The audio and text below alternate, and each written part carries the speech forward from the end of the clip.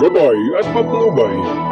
Palatuntunan ng bibigay inspirasyon, tatalakay sa iba-ibang pangyayari sa loob at labas ng ating bansa. Gagabay sa mga taong nangailangan ng patnubay sa kanilang mga suliranin sa buhay. At ngayon, narito ang inyong program host, ang Mindoriyong Midnight Boy, Kuyang Arnold Azeveda Namuko.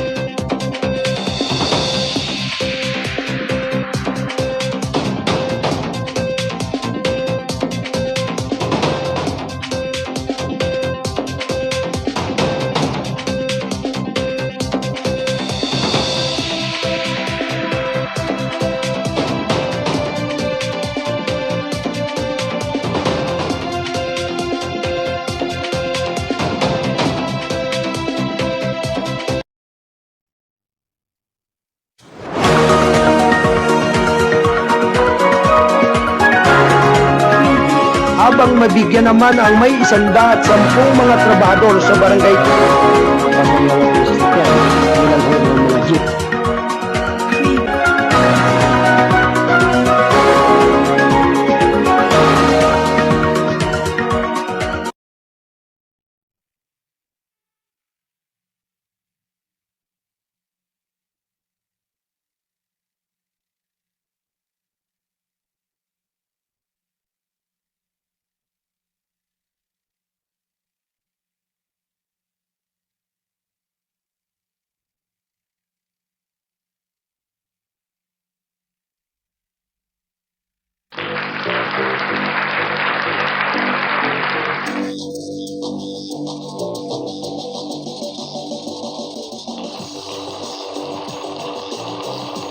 Alright, Luzon, Visayas at Mindanao. Kayo po ay nakikinig at nanonood dito sa KBS RMM News TV. Radyo na dyaryo pa. Sa ating palatuntunang gabay at patnubay. Dito sa Kasado Broadcasting Service. Ang responsabling mga mamamahayag. Ano man ang lahi at lingwahe mo, basta't kayo ay Pilipino, ito ang boses mo. Sa pangalan po ng ating station manager, Kuyang Alan Valenzuela Bordeos, ito naman po ang inyong abang lingkod, ang kuya ng lahat. Ang Mindorinyong Midnight Boy, bagamat hindi naman ganong kagwapuan, sigurado namang ito inyong maasahan. Ang inyong Kuyang Arnold Azeveda Namuko. Dito sa ating palatuntunang gabay at patnubay, dito sa ating himpilan ng KBS RMM News TV. Ito nga po ay kasapi ng The United Multimedia International Press Corps. Aim to create hopes for the progress of good and continuing news dissemination. Vision, proper communication, coordination to any private and public entities worldwide. Mission, helping less unfortunate peoples, changing fortunes and let our voice be heard. KBS Kasado Broadcasting Service, Deliver News. RMM, responsabling mga mamamahayag at your service. Ang gabay at patnubay ay patuloy po ninyong maririnig at mapapanood dito sa ating himpilan ng KBS RMM News TV. Lunes hanggang Biyernes, ganap na 8 hanggang 10 ng umaga. I-like, i-share at i-follow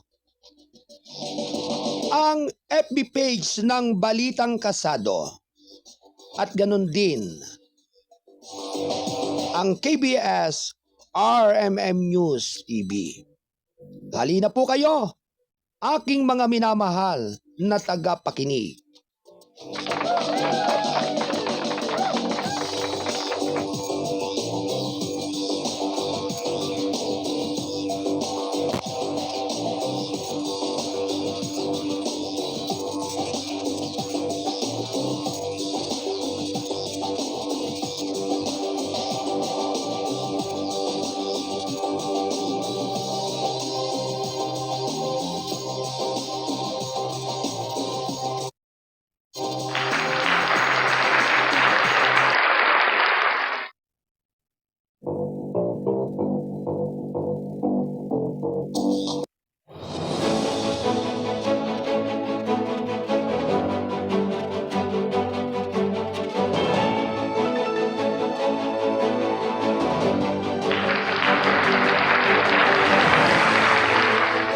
Anyway, ganap na alas 8:24 ng umaga. Ito'y hatid ng KBS RMM News TV. Alright mga kababayan, ngayon po ay araw ng Martes, pitsa 11 na po ng Pebrero ng taong kasulukuyang 2024. Mga kababayan, samahan po ninyo ako sa loob ng 2 oras ng ating pagtatanghal dito sa ating palatuntunang gabay at patnubay. Dito sa Kasado Broadcasting Service. At syempre sa lahat po ng ating mga tagapsubaybay sa araw na ito, mataos puso po ang ating pagbati bilang pasasalamat sa ating malaganap na palatuntunan. At nagpapasalamat po sa inyong lahat, ang inyong abang lingkod. Ako pa rin po ang inyong Kuyang Arnold Aceveda Namuco. Ay nagpapasalamat ng malabis sa lahat ng mga ating mga tagapakinig at tagasubaybay sa ating mga balita at mga impormasyon na nagaganap sa loob at labas ng ating bansa. Kaya't naway sumainyo ang kalakasan lagi ng ating pananampalataya.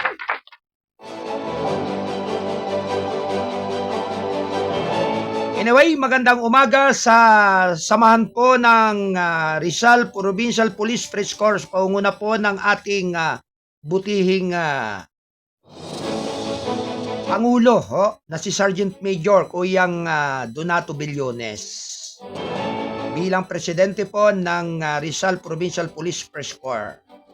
At 10 po ng lahat ng mga opisyalis bilang ikalawang Pangulo si Kuyang Win Lauson, ang tumatayong sekretary si Ate Roderica Rivero, ang auditor Kuyang Alan Bordeos, ang ating pong PRO Kuyang Arnold Pajaro.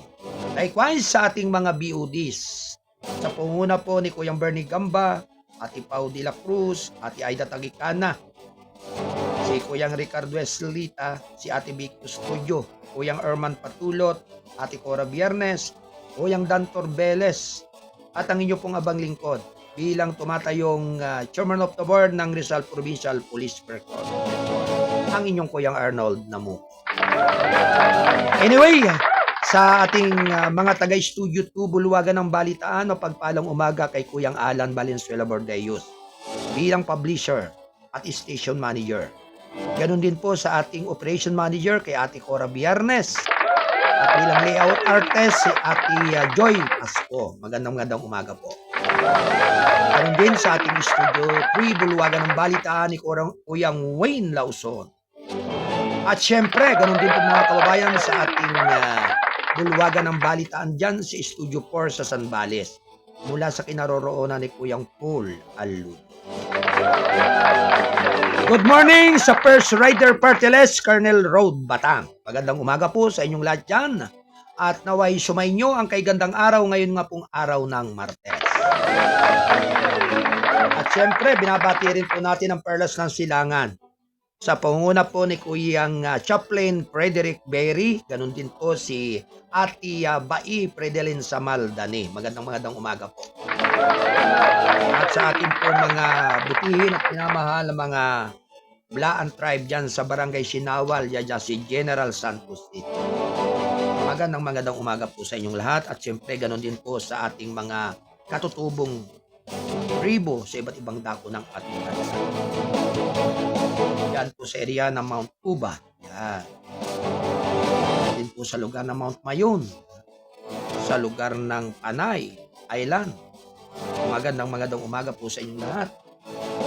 At syempre, ganoon din po sa mga tribong mangyan dyan sa Oriental Occidental Mindoro. Magandang umaga po. At ganoon din po sa mga ating po mga tribong Dumagat, Adliaw, Aita, at marami pa pong iba sa iba't ibang dako ng ating bansa. Sila po ay inaalalayan at inagabayan ng ating butihing Chaplain Minister ng Watchman Initiative Affairs. At siyempre nga po, yan po ay sa pangunguna nga po ni Kuyang Chaplain Berry. At siyempre, binabati rin po natin ng magandang umaga itong ating nakakasama sa tuwi-tuwi na dito sa ating Studio 1. Siyempre, si Ate Del Santos at Ate Rose Marie. Good morning everyone at sa lahat po ng ating mga kasado patroller sa iba't ibang area ng ating kapuluan.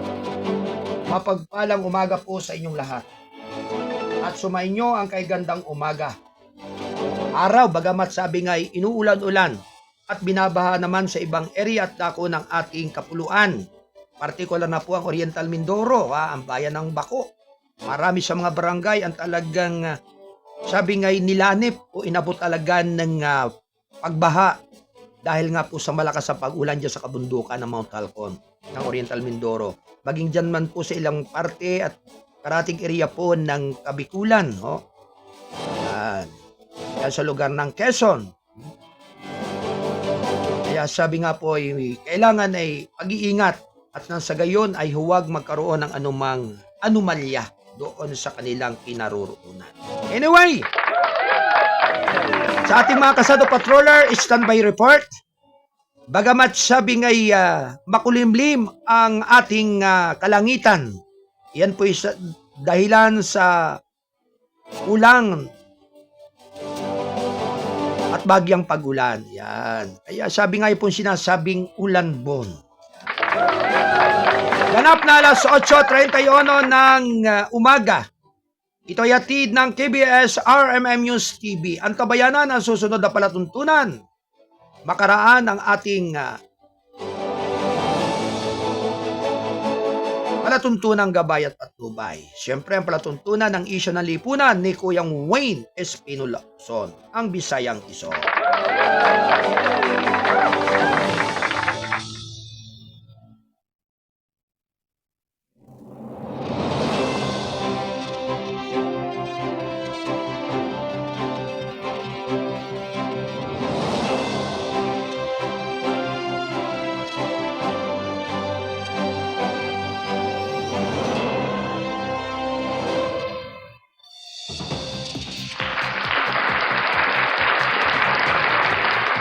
Narito ang ating mga pangunahing balita. PNP nagbabala laban sa hospital bill scam. Round 1. Ready, go! Samantala, inimok ng Philippine National Police nitong Lunes ang publiko na maging mapagmatsyag upang hindi mabiktima ng text scam na target ang mga kaanak na mga pasyenteng na ospital. Hindi bababa sa 19 na kaso ang naitala ng Anti-Cybercrime Group ayon sa press briefing sa Kamkrami sa Quezon City ni PNP spokesperson Brigadier General Jean Pajardo. Ayon pa rin kay Pajardo, ang modus operandi ay nagsisimula sa pagpapakilala ng mga scammer bilang hospital staff sa pamagitan ng text message. Ang mga scammers ay nag-update sa mga kamag-anak tungkol sa hospital bill at hihilingin sa mga biktima na mag-settle ng isang tiyak na halaga sa pamagitan ng e-wallet o bank transfer. Ayon pa rin kay Fajardo, magbibigay ng malaking discount ang mga scammers, pero kapag naayos na ang bill, hindi na makakakontak ang mga kamag-anak sa mga staff ng ospital. Aniya, iniimbestigahan na ng PNP at ACG ang pasilidad sa na maaaring posibilidad na maaaring may kasabwat sa ospital ang mga scammer. Isa yan sa talagang kailangang imbestigahan ng HOCAM na makakuha sila ng mga numero ng mga kaanak na mga biktima na nakakonfine. Alam nila na kung sino ang kontakin, sabi ni Fajardo. So hindi naman basta-basta binibigay yan normally doon sa mga staff ng hospital. Without patting blame on anyone, alam natin ang mga criminal will always find ways, sabi pa rin ni Fajardo. Pinayuhan ni Fajardo ang publiko na laging magbayad ng direkta sa billing department ng hospital. 34 na minuto makalipas ang 8 ng umaga. Sa lahat po ng ating mga kasado patroller, standby report. Makaraan ang ilan nating mga pagbabalita. Round 1. Ready, go! Samantala, Chinese research vessel may pit na binabantayan na ng mga barko ng Philippine Navy ang Philippine Coast Guard. Round 1. Ready, go! Ayon sa isang ranking Philippine Navy official nitong Lunes, mahigpit na binabantayan ng mga barko ng Naval at Coast Guard ang Chinese research vessel Lanhai 101 sa naunang natukoy na nag-navigate sa loob ng silangang karagatan ng Palawan. Noong Pebrero 9, 2025, natukoy ng CRB Lanhai 101 ang nag-navigate sa loob ng silangang karagatan ng Palawan. Ang pagkakaroon ng sasakyang pandagat ay mabilis na natutukoy ng Littoral Monitoring Station Melville na agad na naglabas ng hamon higit sa pagkakaroon nito sa karagatan ng Pilipinas. Sinabi ni Philippine Navy spokesperson for West Philippine Sea, Rear Admin Roy Vincent Trinidad, na isang mensahe sa Philippine News Agency. Ayon pa rin kay Trinidad, dumaan ang mga tripulante ng CRB Lanhai 101 sa silangang karagatan ng Palawan na kinakailangan ng masamang kalagayan ng dagat sa kanlurang bahagi.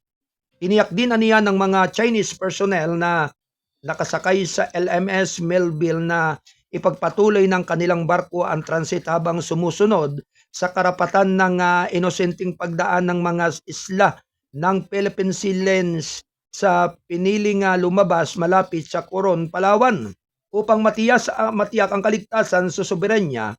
Sa paglalayag ng rehiyon, idineploy ng West Philippine Command ang Philippine Navy vessel sa BRP Andres Bonifacio sa tabi ng Philippine Coast Guard vessel ng BRP Melchor Aquino para i-escort ang CRB Lanhai 101. Binibigyan din ng magkasanib na operasyon. Ito ang pangako ng Philippine Navy na pangalagaan ang kapakanang pandagat ng Pilipinas, dagdag paniya. Naninindigan din si Trinidad na patuloy na itinataguyod ng Philippine Navy ang soberanya at seguridad ng karagatang ng Pilipinas. As of 5:50 ng hapon, ang CRB Lanhai 101 ay nasa 19.5 nautical miles ng Tinituan Island, Cuyo, Palawan. Nananatiling mapagmatsyag ang sandatahang lakas ng Pilipinas sa pagsisikap na masubaybayan ang mga aktibidad sa dagat sa paligid at muling pinagtitibay ang pangako nito sa pagpapanatili ng kaligtasan at seguridad ng kapuluan ng Pilipinas. Ang deployment ng mga asset ng Naval at Coast Guard ay nagsisilbing patuloy sa collaborate approach sa pagtugon sa mga hamon sa dagat, dagdag paniya. 37 minuto makalipas ang 8 ng umaga. Samantala, 34 na milyong pisong halaga ng shabu na kumpiska ng PDEA sa 4 na suspek sa Caloocan. Round 1. Lady, go! Arestado ng mga tauhan ng Philippine Drug Enforcement Agency o PDEA ang 4 na suspek na nakumpiskahan na nakakumpiska ng 34 milyong pisong halaga ng shabu na isinagawa anti-illegal drug operation sa Caloocan City.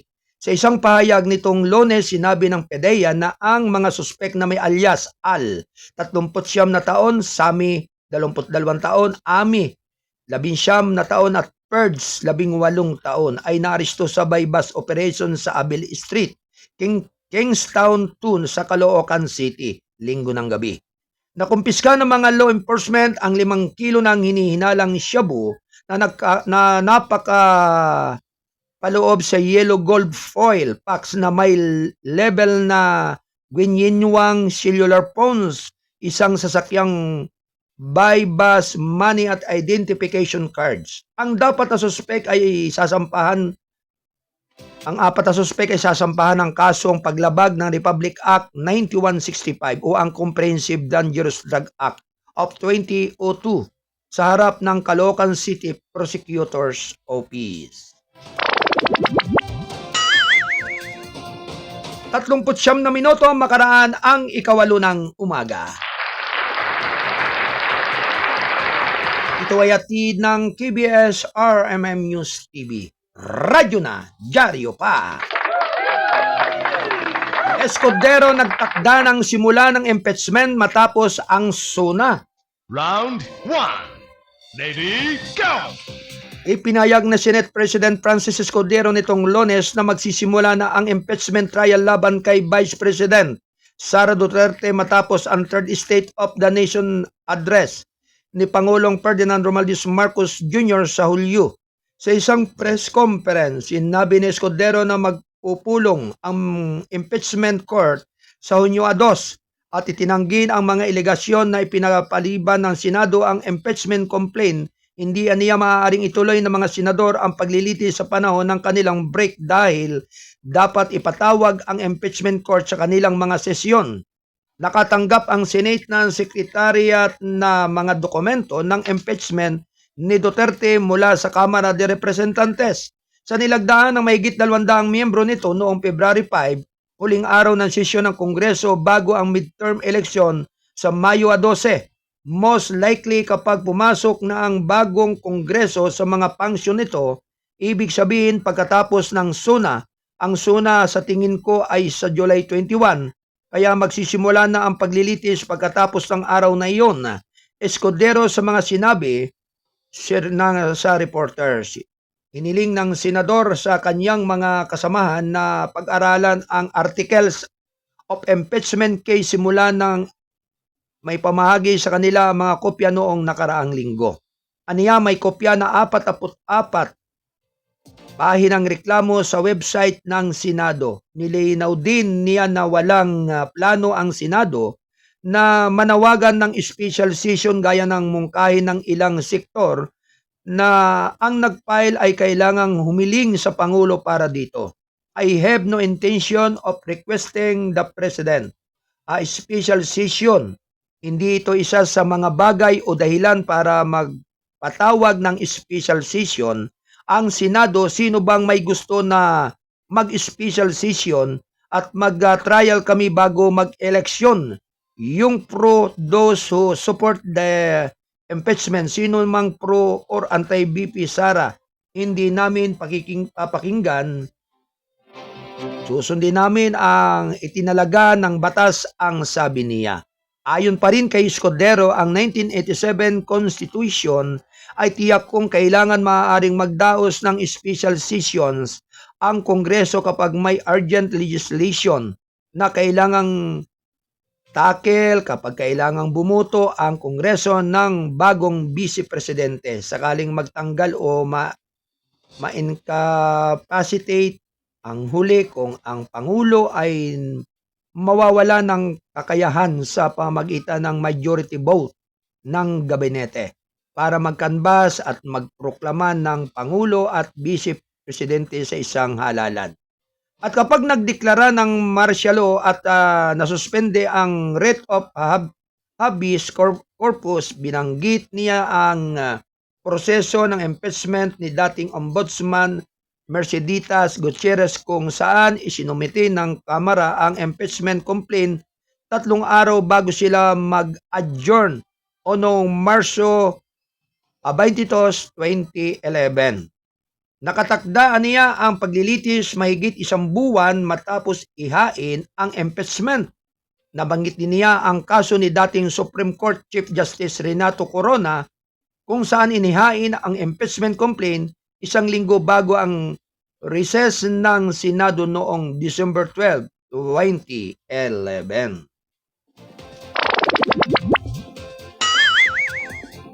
Ganap na 43 minuto makalipas ang 8 ng umaga. Ito ay hatid ng balitang kasado ang pahayagang balansi at totoo. National Newspaper. Anyway, bigyan po natin ng daan ang mga pag-uulat ng ating mga kasado patroller na nasa iba't ibang area dito sa ating kapuluan.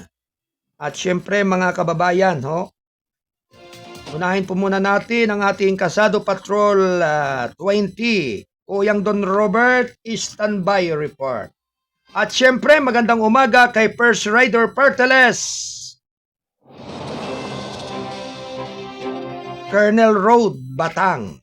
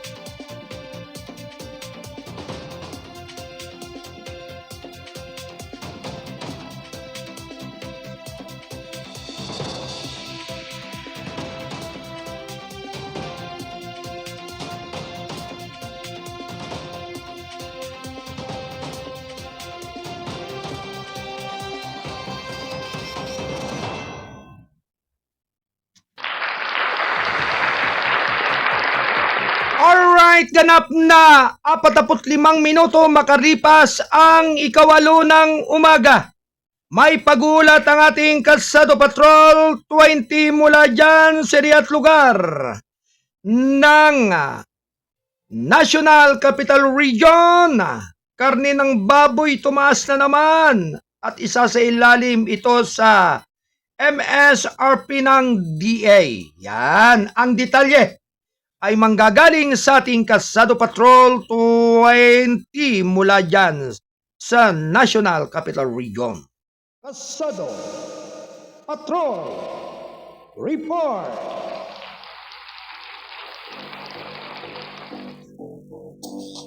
Alright mga kababayan, narito si Kuyang Don Robert Ramero. Alright Kuyang Don, magandang umaga sa iyo.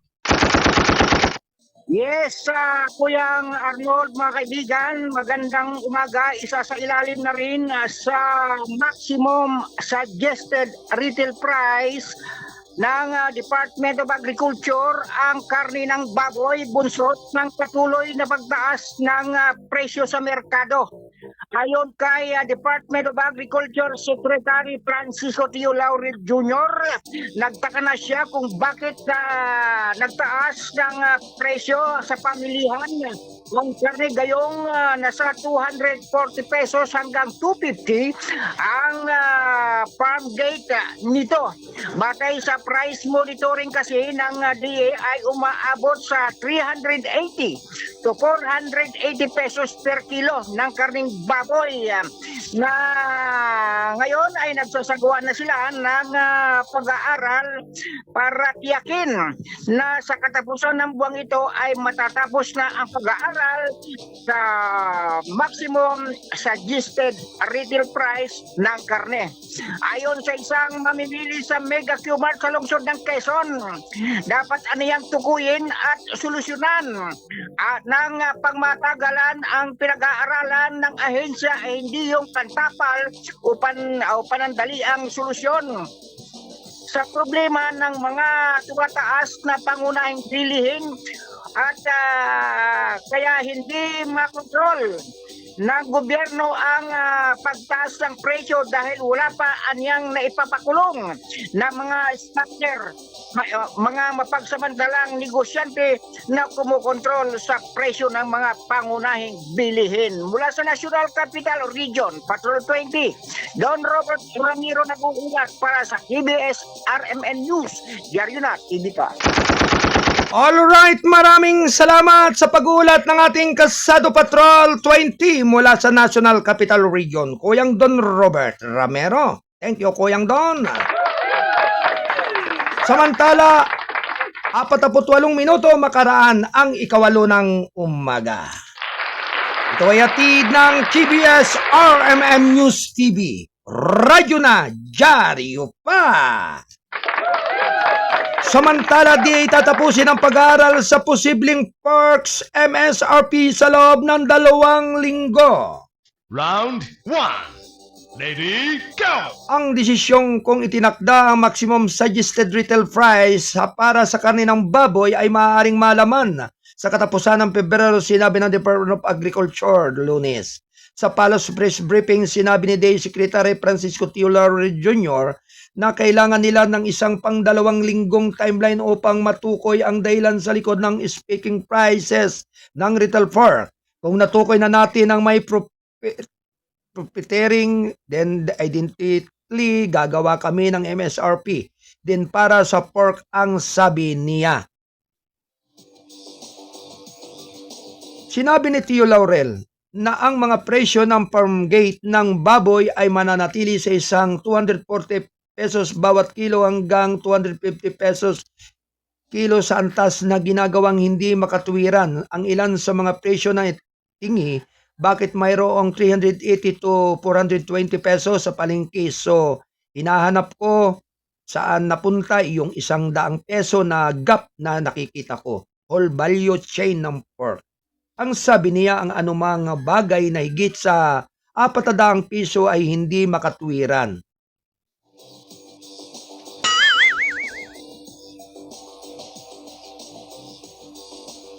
Siya gayon paman, refrain mula sa pagbibigay ng isang posibleng hanay ng MSRP na binanggit ang pangangailangan upang matukoy ang isang makatwirang margin ng kita sa buong kadina ng halaga.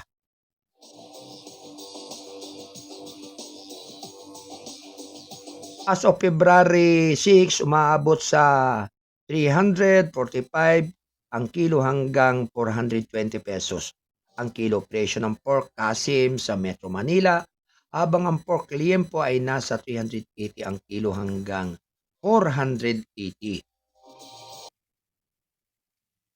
ang kilo ayon sa DA Bantay Presyo.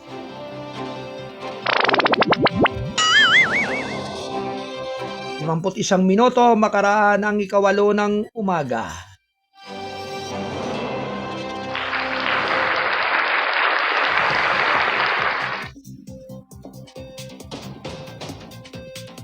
Samantala, tuloy-tuloy lamang po ang ating balitaan. Agri-Parteles Representative binawi ang senatorial bed.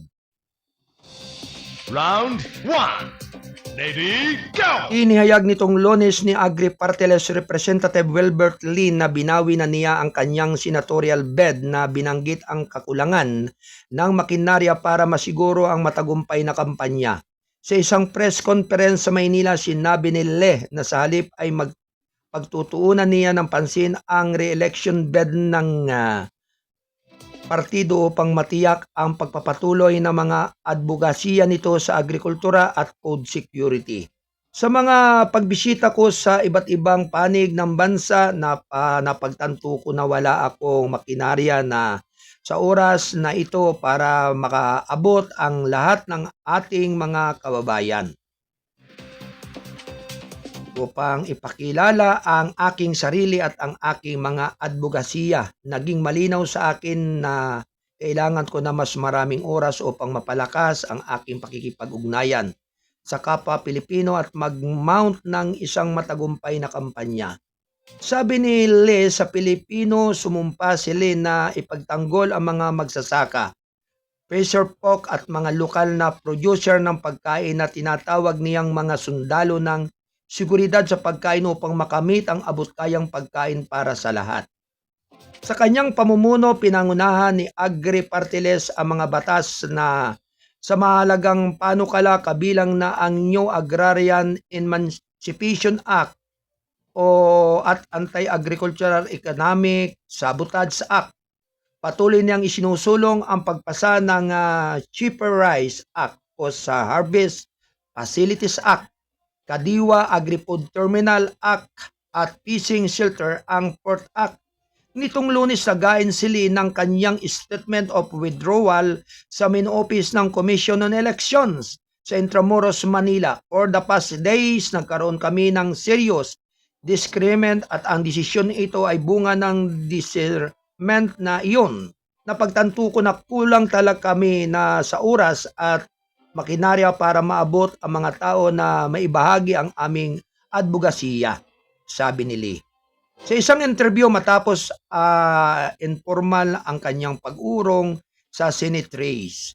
Sa hiwalay na panayam, sinabi ni COMELEC Chairperson George Erwin Garcia na kasama ang pangalan ni Lee sa opisyal na baluta, ngunit hindi mabibilang ang mga baluta na makukuha niya sa butuhan sa Mayo. Ang mga buto para sa kanya ay itinuturing ng mga stray votes, aniya. 54 na minuto ang makaraan ng 8 ng umaga.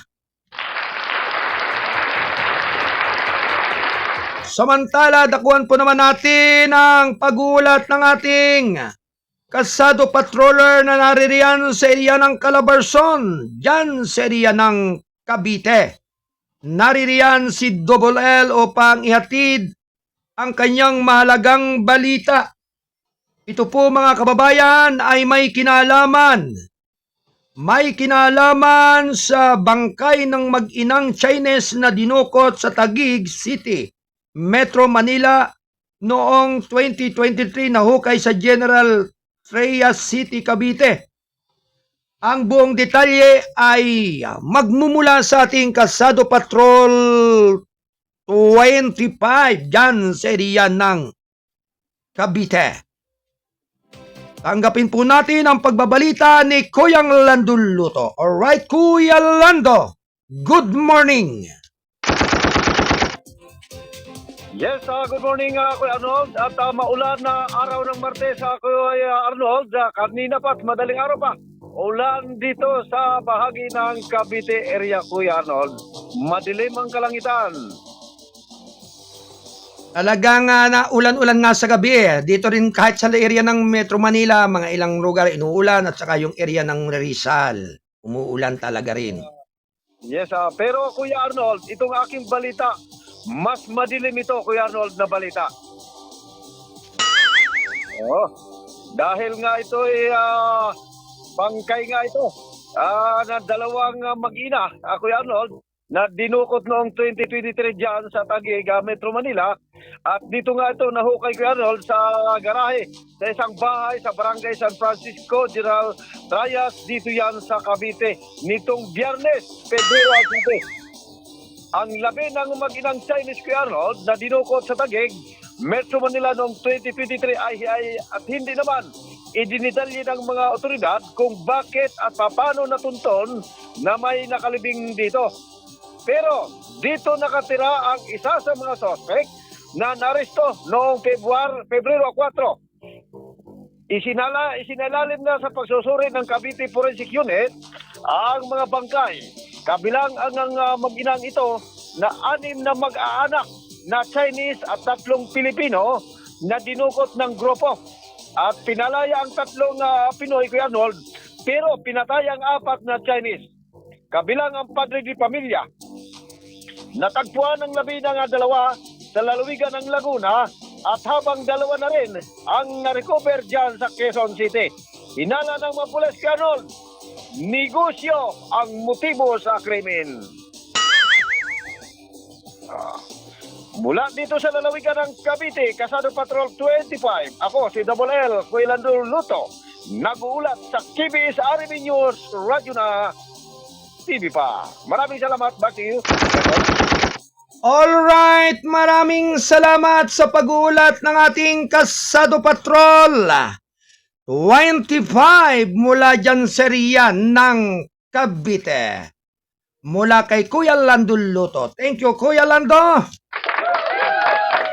Ganap na alas 8:58 ng umaga, ito'y atid ng Balitang Kasado, ang pahayagang balansi at totoo, National Newspaper.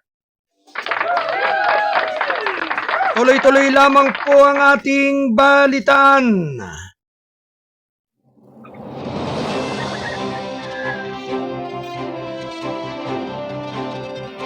PNP sumumpa na mas maigpit na seguridad sa pagsisimula ng kampanya sa halalan.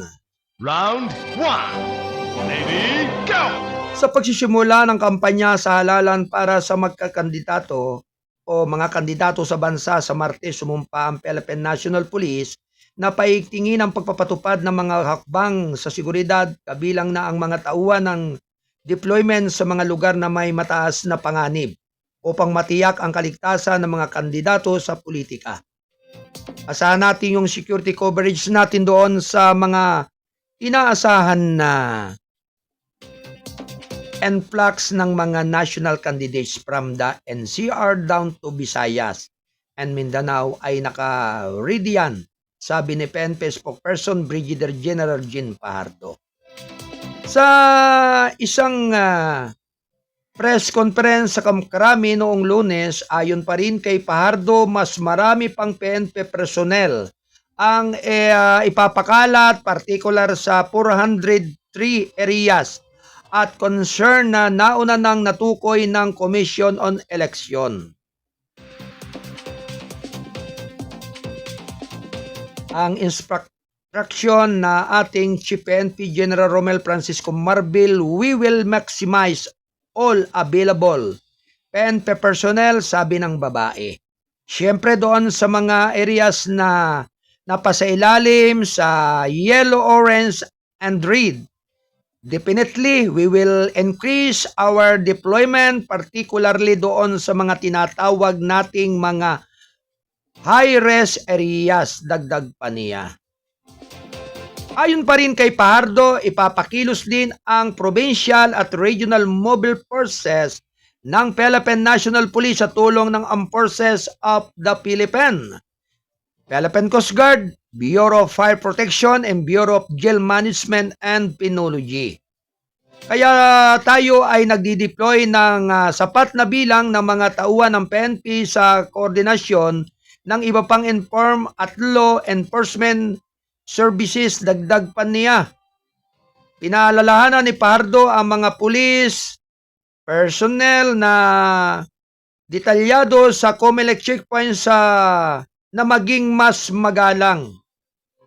We don't want to delay longer than necessary yung mga supporters at mga kandidato na dadaan sa atin ang sabi niya. Magsisimula na ang election campaign para sa mga lokal na kandidato sa Marso 28.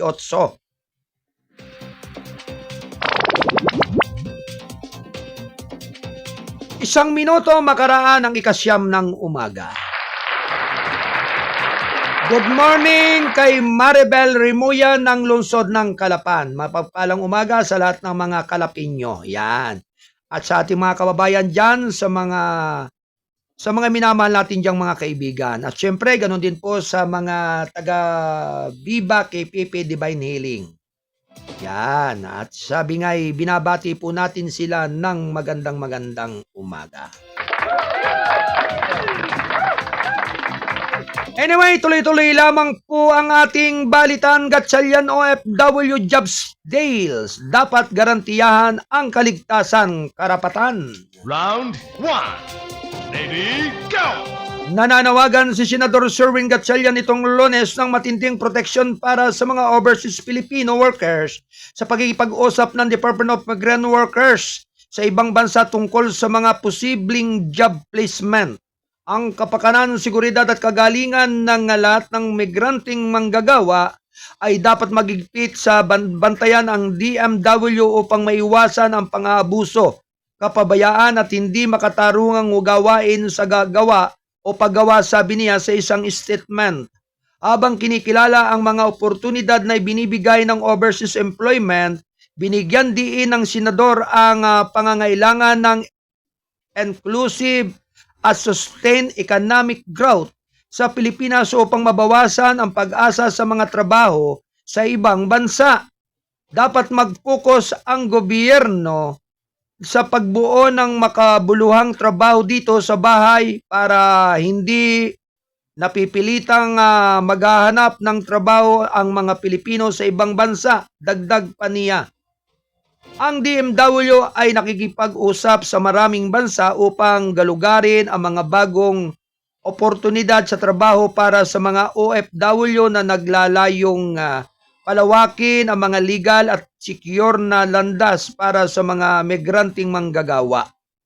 Gayunpaman ang alalahanin sa mga mapagsamantala at kondisyon at mga kaso ng pang-aabuso sa ilang mga host na bansa ay patuloy na nagtutulak ng mga tawag mula sa mga mambabatas para sa mas malakas na pangangalaga at pangangasiwa ng pamahalaan.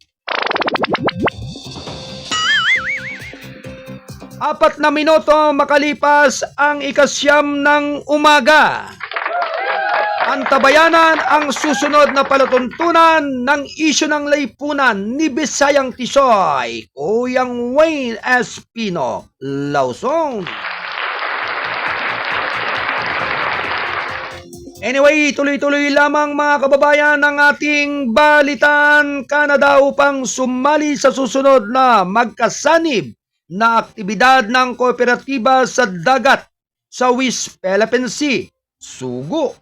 Round 1. Ready, go! Samantala, lalahok ang Royal Canadian Navy sa susunod na multilateral maritime cooperative activity sa West Philippine Sea.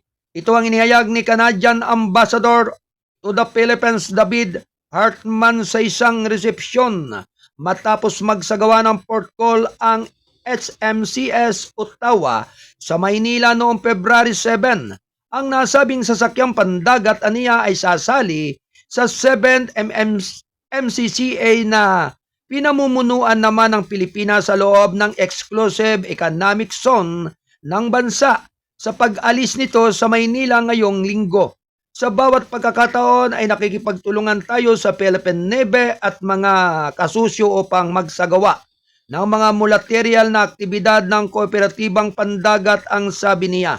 Ipinangako namin na pagtitibayan ng aming diplomatikong presensya sa buong Indo-Pasipiko. Wala namang mas malinaw na ganoon kaysa dito sa Pilipinas. Ang huling MMCA ay ginaganap noong February 5 na kinasasangkutan ng mga naval at Air Force unit mula sa Australia, Japan, Pilipinas at Estados Unidos. Inulit ni Hartman na ang Canada ay nakatuon sa pagsuporta sa kaayusan ng international na batay sa mga patakaran at muling ipinararating ang pagtutol nito sa mga nakapupukaw na aktibidad ng China sa lugar. Naging bukal kami sa pagharap sa mga provocative at labag sa batas na aksyon ng People's Republic of China sa South China Sea at West Philippine Sea. At patuloy nating gagawin ito, dagdag pa niya.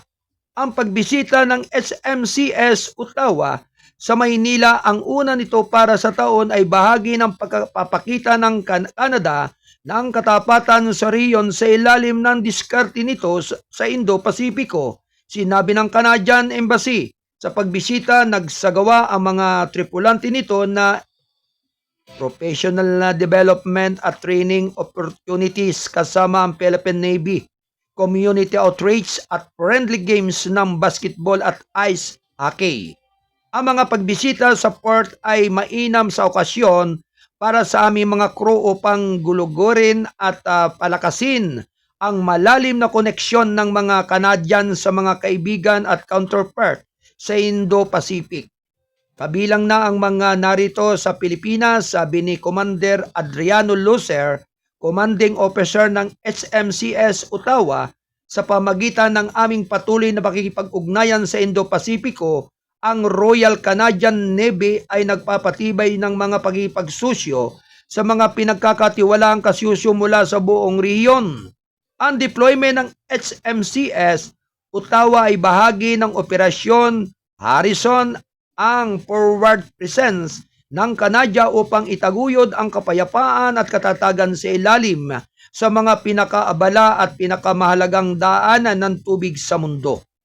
Ang sasakyang pandagat kasama na ang isang embarked air detachment na nagpapatakbo ng isang CH-148 Cyclone maritime helicopter ay may paligid ng 240 mataas na sinanay at professional na mga marino, sundalo at aviators, kabilang ang 15 na Philippine descent. Ang HMCS Ottawa, isa sa 12 Halifax class frigates ng RCN ay nilagyan ng malawak na armas at sensor ng anti-submarino at anti-surface warfare upang madagdagan ang kanilang malaking depensa laban sa digmaang himpapawid. Ang huling port call nito sa bansa ay sa Subic Bay noong taong 2023 nang lumahok ito sa exercise sama-sama kasama ang Pilipinas at Estados Unidos. 9 minuto makaraan ng 9 ng umaga, ito'y hatid ng KBS RMM News TV. Radyo na, dyaryo pa. Ang kabayanan ang susunod na palatuntunan, ang isyu ng lipunan ni Bisayang Tisoy ni Kuyang Wayne Espino Lausong.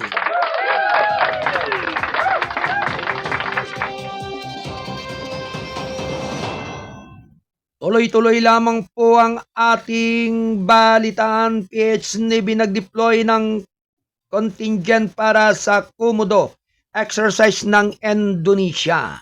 Round 1. Ready, go! Inihayag ng Fleet Maritime Ready Force nitong Lunes na magsasagawa ng set-off ceremony ang Philippine Navy para sa naval contingent sa nalalahok sa darating na 5th Multilateral Naval Exercise Komodo 2025 sa Bali, Indonesia mula February 16 hanggang 22. Sa isang pahayag, sinabi ni FMRF spokesperson Lieutenant Oscar Ronaldo Mendoza na ang mga send-off rates ay naganap noong February 8 sa Naval Operating Base sa Subic Bay, Zambales. Ang contingent na binansagang Naval Task Group 44 ay binubuo ng 175 personnel na nagmumula sa iba't ibang Philippine Navy units sa offshore patrol vessel ng BRP Ramon Alcaraz. Si Captain Malon Agulidilo ang namumuno sa Task Group 84 ng Naval habang ang BRP Ramon Alcaraz ay nasa pamumuno naman ni Commander Junans Cruzada. Ang NTG 84 ay binubuo ng 175 personnel mula sa iba't ibang Philippine Navy units, sabi ni Mendoza. Present sa sinigawang send-off rights o rates ni Sina Philippine Fleet Commander Rear Admiral Joe Anthony Orbi, Philippine Navy Vice Commander Brigadier General Edwin Amadar, at FMRF Deputy Commander for Fleet Operations Captain Glenn Dison.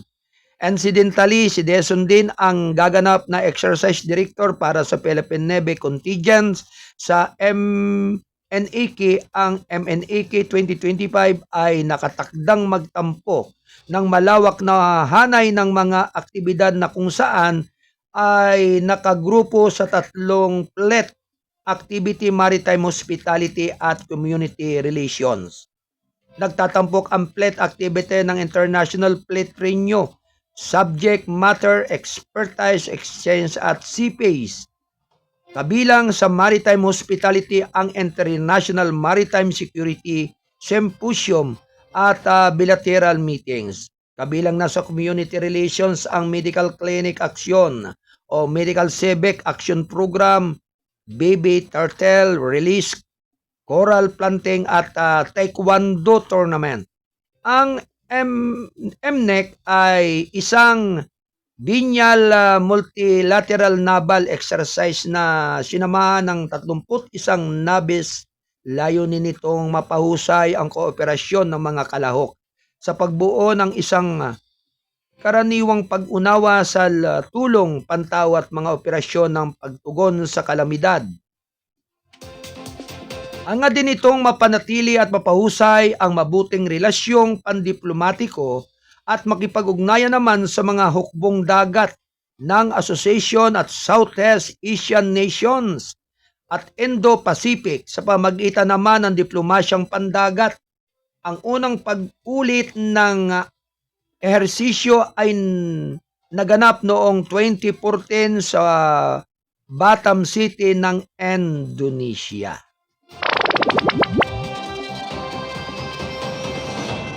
Labing-apat na minuto makalipas ang 9:00 ng umaga. Report!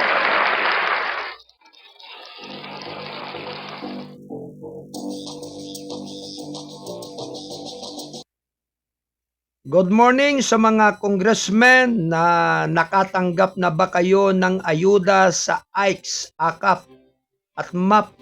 Ilista nyo naman ako. Tapos talaga ako kasi tapos ako sa kita. O talaga, Kuyang Don Robert, ha? Ika nga talagang tama ka, Kuyang Don Robert. Talaga sabi nga kapag nakatanggap na mga congressmen ng AICS, AKAP ay talagang sabi nga ayot na.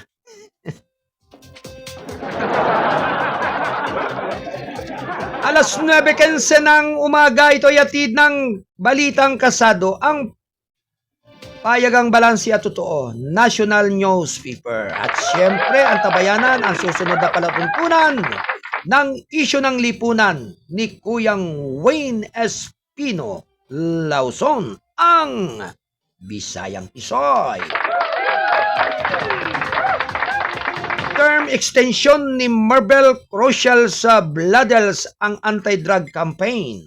Round 1. Ready, go! Pinuri ng mga mambabatas itong Lunes ang desisyon ni Pangulong Ferdinand R. Marcos Jr. na palawigin ng 4 na buwan ang termino ni Philippine National Police Chief General Romel Francisco Marbil dahil napakahalaga nito sa pagsusustento sa recalibrated anti-drug strategy ng gobyerno. Ayon pa rin kay Surigao del Norte Representative Robert Ace Barbers, Chairman ng House Committee on Dangerous Drugs, ang pinalawig na panunungkulan ni Marbil ay magsisiguro ng patuloy na pagpapatupad ng epektibong crime prevention strategies at isang kampanyang kontra-droga na walang dugo, makatao at matalino na hinihimok ng droga.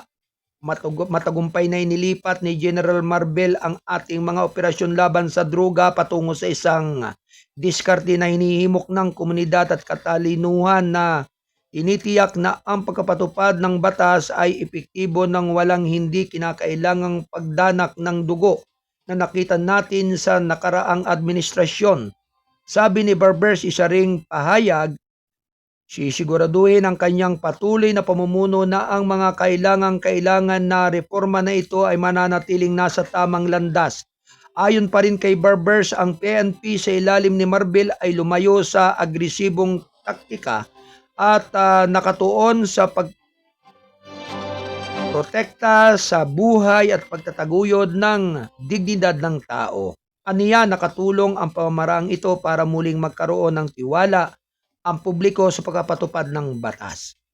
Pinuri pa rin ni Santa Rosa City Representative Dan Fernandez, chairman ng House Committee on Public Order and Safety, ang ginawang pag-iwas sa krimen ni Marbel, partikular ang kanyang mga inisyatibo sa modernisasyon.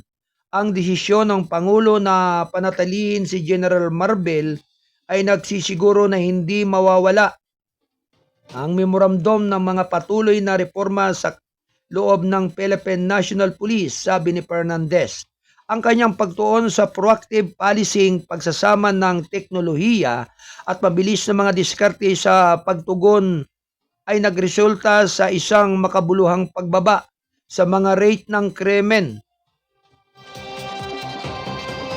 Inulit ni na Barbers at Fernandez ang sentimiento ng mga matataas na opisyal ng PNP na nag-back up din sa desisyon ng Pangulo sa binanggit ang pangangailangan ng pagpapatuloy habang paghahanda ang bansa para sa 2025 midterm elections. Sa payag na nilagdaan ng mga matataas na opisyal ng PNP, sinabi ang ekstensyon ay sumasalamin sa katapatan ni Pangulong Marcos sa napalakasin ang pagpapatupad ng batas. Lalo nitong pinatitibay ang ating dedikasyon sa paglilingkod at pagprotekta sa mga Pilipino na may pinakamataas na pamantayan. Ang profesionalismo ang sabi ng statement. Si Marbel na nakaluklok sa pwesto noong Abril 2024 ay nagpatupad ng mga pangunahing reforma kabilang na ang pinaigting na mga operasyon laban sa kriminalidad, mas mabilis na oras ng pagtugon at pinalakas ang relasyon ng pulis at komunidad. Sinabi ng mga opisyal, isinulong din niya ang paggamit ng artificial intelligence at interlinked CCTV system upang mapahusay ang crime detection.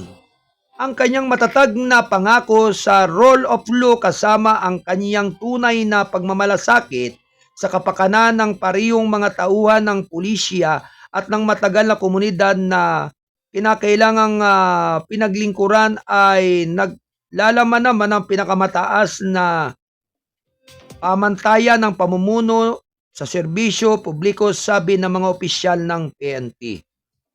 Sa kanyang ikatlong State of the Nation address noong Hulyo, muling pinagtibay ni Pangulong Marcos ang pangako ng kanyang administrasyon sa isang walang dugo na kampanya laban sa droga, na binigyang diin ng mga pagpuksa ay hindi bahagi ng diskarte ng pamahalaan. 20 minuto makalipas ang 9:00 ng umaga.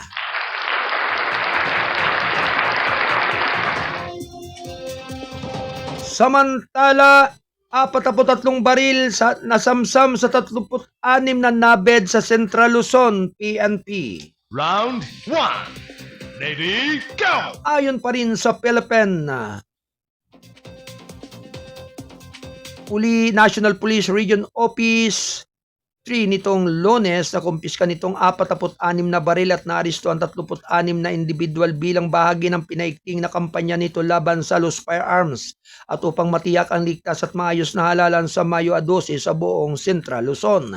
Sa isang pahayag, sinabi ni Police Regional Office 3 Chief Brigadier General Jen Pajardo na nagsilbi rin ang mga pulis ng 39 na search warrant at gumawa ng 23 operasyon laban sa illegal possession of firearms. Nagsasagawa kami ng mapagpasiyang aksyon upang mapanatiling ligtas ang mga komunidad habang patungo kami sa halalan sa Mayo 2025 sa pamamagitan ng mahigpit na pagpapatupad ng mga regulasyon ng baril. Tinitiyak namin na ang mga elemento ng walang batas ay walang lugar upang mapatakbo. Ito ay isang responsibilidad na bahagi ang ating pangako na matatag, ngunit ang pakikipagtulungan ng publiko ay susi sa pagtiyak ng mapayapang halalan, sabi niya. Nabanggit ni Pardo na isang aktibong private armed group na kinakailangang grupong ginto sa Nueva Ecija ang sumuko ng 8 unlicensed firearms noong February 7. There is a significant development doon sa detective ng ating Chief PNP na siguraduhin na itong mga active pugs, potential pugs ay malansag bago pa magsimula yung ating eleksyon sa darating na Mayo, ang sabi niya. Ayon pa rin kay Pardo, kasabay din niyang nanungkulan bilang spokesperson ng Philippine National Police, nakatulong sa kanila ang koordinasyon sa Commission on Election at iba pang law enforcement agencies para ma-neutralize ang mga posibleng banta sa kaligtasan ng publiko. Nananawagan kami sa lahat ng i-report ang anumang illegal na gawain na kinasangkutan ng mga baril. Ang inyong pagpupuyat at kooperasyon ay napakahalaga.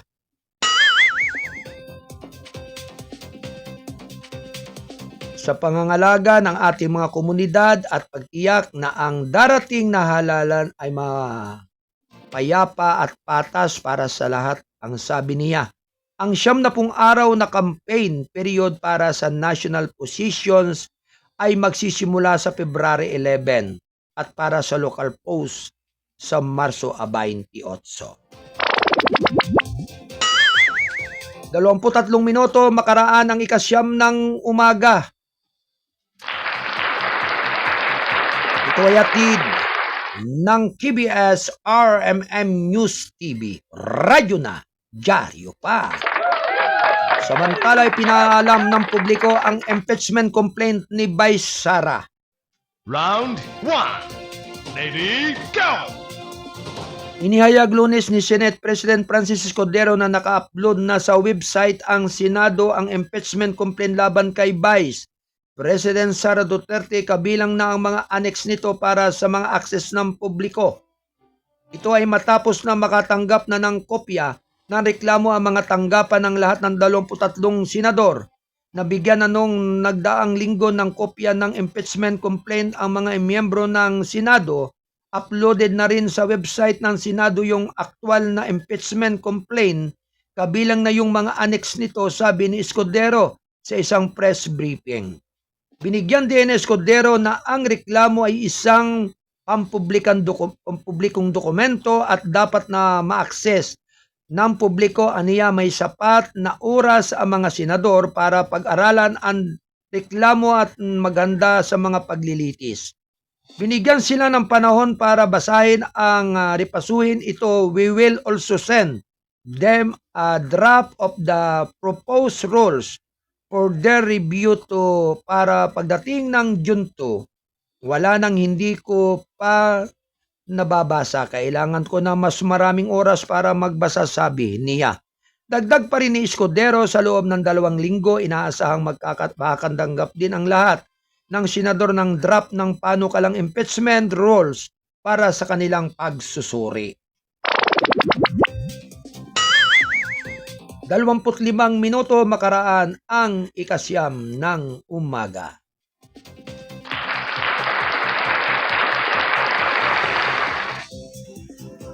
Wayatid ng Balitang Kasado. EH Canada Visiting Forces Deal nakitang pinirmahan, pinagtibay ng 2025. Round 1. Ready, go! Hinahanap ng Pilipinas at Canada tapusin ang negosasyon para sa isang Visiting Forces Agreement sa loob ng 2025 ayon sa Canadian Embassy sa Maynila. Sa isang payag na ipinasa nitong Lunes, sinabi ni Embahada na pinal na akbang na ang ginawa ngayon upang makumpleto ang status at Visiting Forces Agreement sa pagitan ng dalawang bansa na may ratifikasyon na inaasahang bago matapos ang 2025. Ang nalalapit na paglagda ay sa gitna ng lumalalim na relasyon pandepensa ng Pilipinas at Canada. Sa nakalipas na taon, ang mga pagkikipag-ugnayan sa pagtatanggol at mga pagkakataon sa pagsasanay ay nadagdagan sa pagitan ng dalawang estado na nagre-resulta mula sa Memorandum of Understanding on Defense Cooperation. memorandum na nilagdaan noong Enero 2024 sa ibabaw ng SUBIFA ng Philippines at Canada. Nauna nang sinabi ni Defense Secretary Gilbert Teodoro Jr. na nagsisikap din ang Maynila na pumirma ng mga katulad na deal sa New Zealand, France at possibly with other European countries, bagamat hindi niya partikular na binanggit ang mga pangalan. Sana gusto namin ang pace ng negosasyon sa Canada upang pumunta mas mabilis at din France, kailangan natin ng interoperability at kailangan ng sandatahang lakas ng Pilipinas na masanay sa ibang armadong pwersa dahil nagbabago ang sukat ng labanan, sabi niya sa mga reporters sa gilid ng isang resepsyon sa Makati noong February 4. Nauna nang sinabi ni Canadian Ambassador to Manila David Hartman na ang Canada ay maaaring magsilbing very stalwart partner ng Pilipinas, sabi, sa paglaban sa terorismo at pagtatanggol sa teritoryo.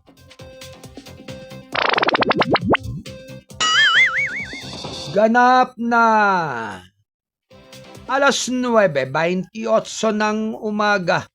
Ito ay hatid ng Kasado Broadcasting Service RMM News TV.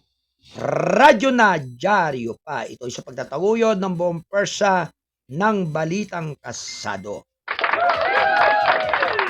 At ito nga po ay kasapi ng The United Multimedia International Press Corps.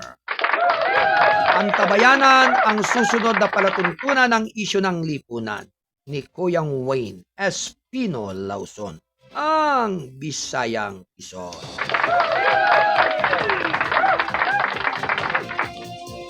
Alright, sa lahat po ng ating mga taga-subaybay, nais ko muna pong batiin ang butihing tanggapan ng ating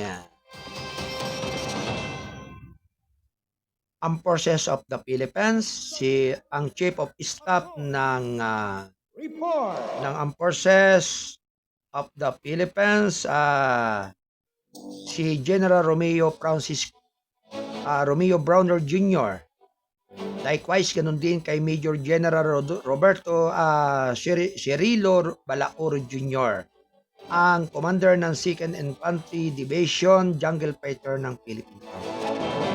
At syempre, magandang umaga po sa lahat ng ating kasundaluhan, Luzon, Visayas at Mindanao. Partikular na po, good morning sa ating pong presidente ng 2ID Press Corps, si Ate Pau de la Cruz Muhar. Diyan po sa area ng Camp Kapinpin, Tanay Rizal. Magandang umaga, press! At syempre, ganoon din po sa ating mga kapulisan sa ating bansa. Sa pangunguna po ng ating butihing tanggapan ni General Romel Francisco Marbel. Likewise, ganoon din po kay spokesperson ng Philippine National Police, Brigadier General Jane Fajardo. Likewise, mga kababayan, nais ko rin pong batiin ng mapagpalang umaga ang butihing tanggapan ng PNP, ang Regional Director dyan sa Region 4B, Mimaropa, si Brigadier General Roger Isada. At sa lahat po ng kapulisan ng buong Mimaropa. Magandang umaga rin po sa butihing tanggapan ni Brigadier General Porquini Tuay Lucas, ang Regional Director ng Region 4A Calabarzon. Mapagpalang umaga, sir. At siyempre, likewise kay Police Lieutenant Colonel Chita Del Gawiran, ang ating Chief Public Information Office, R4A Calabarzon. Magandang umaga sa inyong lahat. At siyempre, nais po nating batiin din po ng mapagpalang umaga si Police Colonel Felipe Bumaragon. Magandang umaga, sir. Siya po yung Provincial Director ng Lalawigan ng Rizal. Hold up sa lahat po ng ating mga tagapakinig.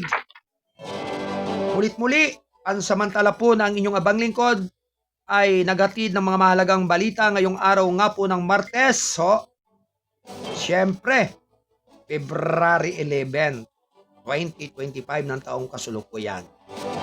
At syempre sa mahigit isang oras ng ating pagtatanghal, pansamantala po na ang inyong abang lingkod ay pansamantala pong pipihit o pansamantala ay magpaalam sa ating palatuntunan. At mulit-muli ako po ay magbabalik sa araw ng bukas.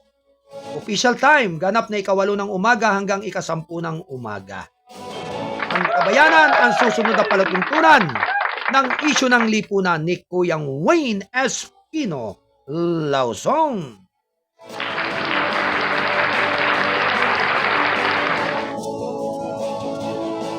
At sa pangalan po ng ating station manager, Kuyang Alan Valenzuela Bordeos, ako naman po ang inyong abang lingkod, ang kuya ng lahat.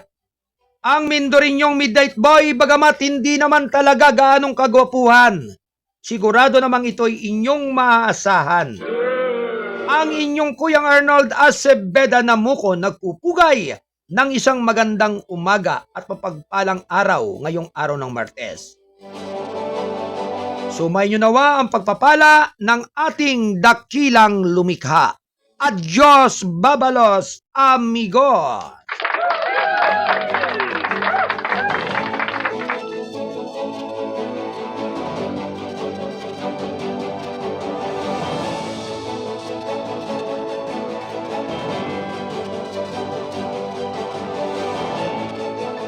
Bye-bye!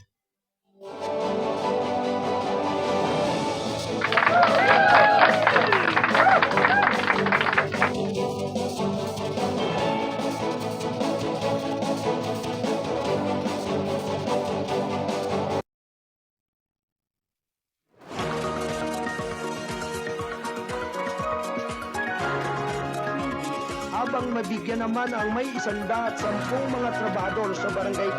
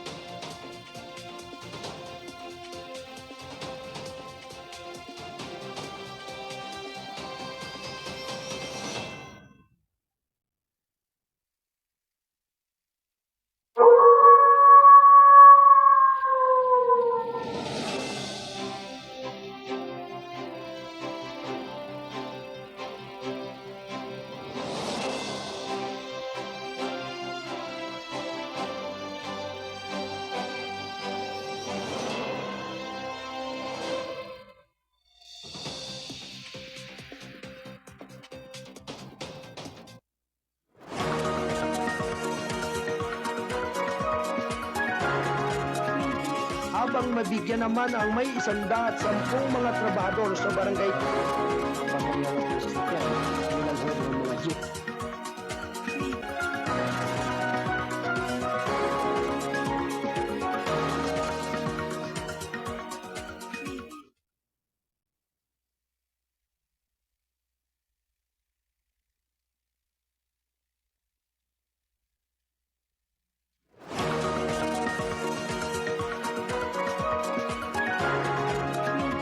Habang mabigyan naman ang may 110 mga trabahador sa barangay.